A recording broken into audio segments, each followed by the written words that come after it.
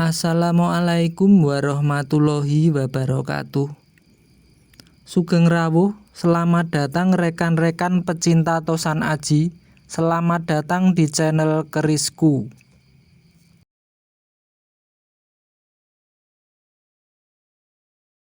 Hari ini kira-kira ada keris warangka ladrang iras lamen. Ini iras, pendoknya bliwah. Nah, ini pendok bliwah, ukirnya juga lamen.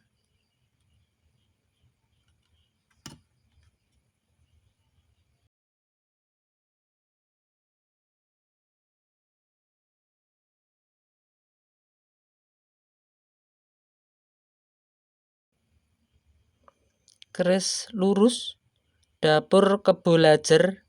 Ciri khususnya ini gandiknya panjang. Beda dengan keris yang lain, gandiknya panjang, ciri khusus keris Kebo Lajer. Nah, ini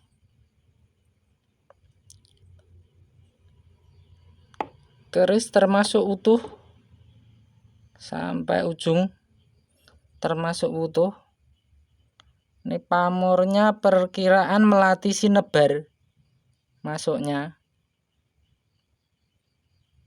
Nah, ini warangan lama, warangan kuno.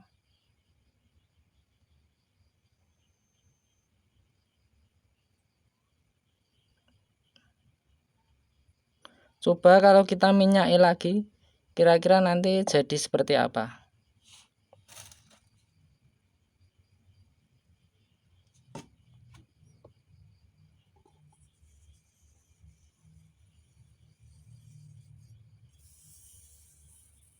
Warangan kuno seperti ini kalau saya pribadi biasanya saya pertahankan, tidak saya warangi ulang. Yang penting pamornya kita sudah tahu.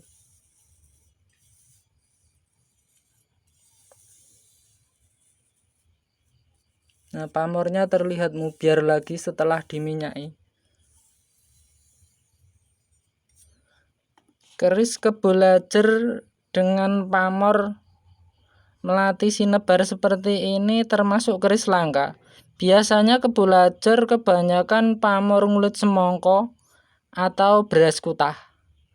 Nah, ini pamornya terlihat bagus lagi setelah diminyaki. Nah, ini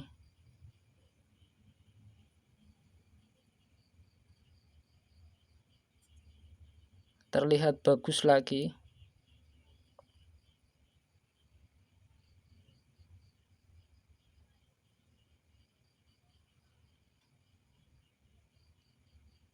Coba kalau kita jentik,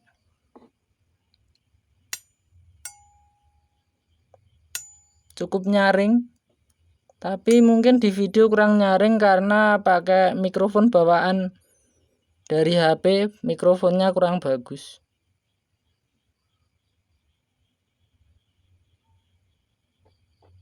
Silahkan diamati baik-baik.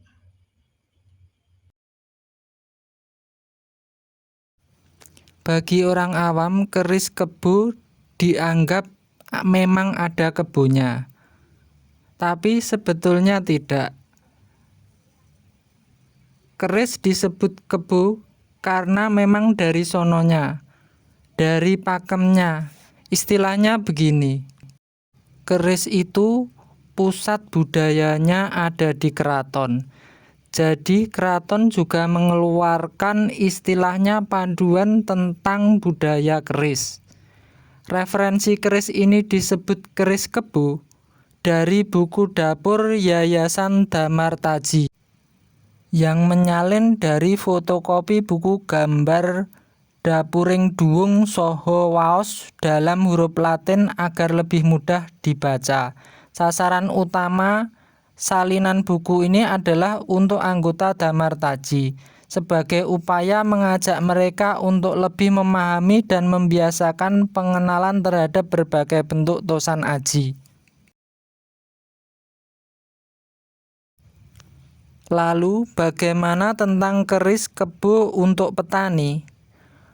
perlu dikaji ulang atau mungkin ini cuma pergeseran pengaruh budaya zaman sekarang saja. Sebab di era lama, era Majapahit, era Singosari, atau era sebelumnya, banyak tokoh kalangan bangsawan yang menggunakan nama yang berawalan Kebu.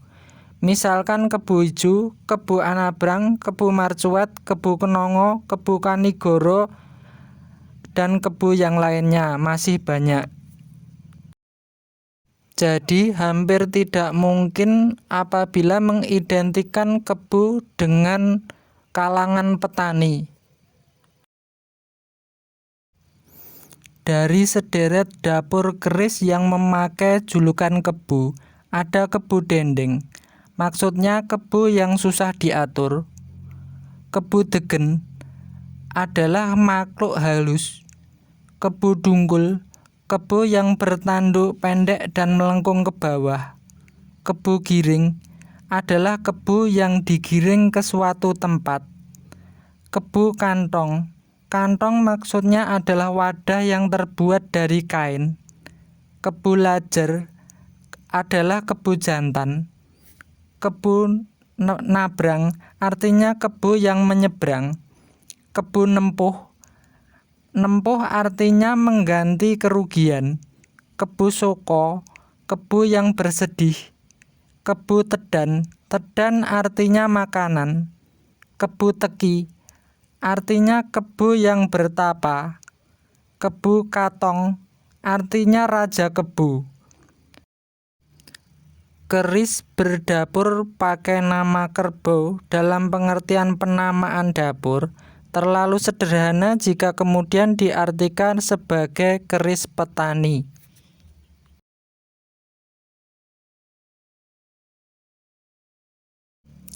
Konon, keris Kebu Lajer pertama kali dibabar Empu Mayang pada tahun 725. Konon juga salah satu keris keraton Jogja yang berdapur Kebu Lajer bernama Kanjeng Kyai Toyo Tinaban.